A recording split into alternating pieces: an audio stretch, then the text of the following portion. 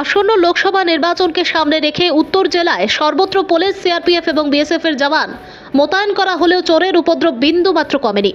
এত পুলিশি পাহারার মধ্যেও যেভাবে ধর্মনগর থানাধীন নয়াপাড়ার নেতাজি পাড়াতে চুরিকাণ্ড সংঘটিত হলো, তাতে ধর্মনগর শহর জুড়ে আতঙ্কের বাতাবরণ সৃষ্টি হয়েছে। জানা যায়, শুক্রবার রাত আনুমানিক 2:30 নাগাদ ধর্মনগর শহর লাগোয়া নেতাজি পাড়ার বাসিন্দা পরিমল দাসের বাড়িতে চুরিকাণ্ড সংঘটিত হয়। বাড়ির গ্রিল ভেঙে লোহার দরজা খুলে ঘর থেকে 3টি সোনার চেইন, 2 জোড়া সোনার দুল এবং নগদ 60,000 টাকা নিয়ে চম্পট দেয় চোরের দল। কিন্তু পরিবারের প্রত্যেকেই বাড়িতে ছিলেন এবং কেউ কোনো ধরনের শব্দ টের পাননি। সকালে ঘুম থেকে উঠে ঘটনা প্রত্যক্ষ করেন পরিবারের লোকজন। খবর দেওয়া হয় ধর্মনগর থানায়। খবর পেয়ে স্থানীয় থানার পুলিশ ঘটনাস্থলে ছুটে গিয়ে তদন্ত শুরু করে। এদিকে শহর লাগোয়া এলাকায় এমন দুঃসাহসিক চুরির ঘটনায় আতঙ্ক ছড়িয়ে পড়েছে। পুলিশের ভূমিকায় দেখা দিয়েছে চরম ক্ষোভের।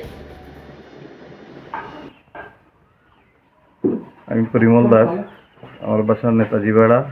গতকালকে রাত্রে আনুমানিক 2:30টার দিকে আমার ঘরের লক ভেঙে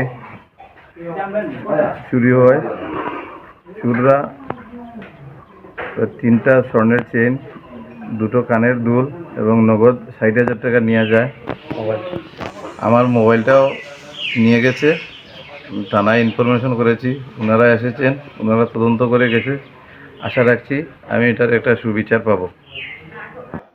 এমনি করে দিলে তো শব্দ হয়, তাহলে শব্দ পাইছেন না। না কি তো তখন যেটা খুললে দেখাইছেন এটা শব্দ হইছে, শব্দ হয়, এটা খুললে শব্দ হয়। সাউন্ড পাওয়া গেল পয়সা এইখানে দুজন মানুষ আমি এই চারজন মানুষ দুইটাই চাইবো উঠিয়া গেছি যে দরজাটা খোলা আছে যে আমাকে মনে হয় আমার শাশুড়ি মনে হয় গেছো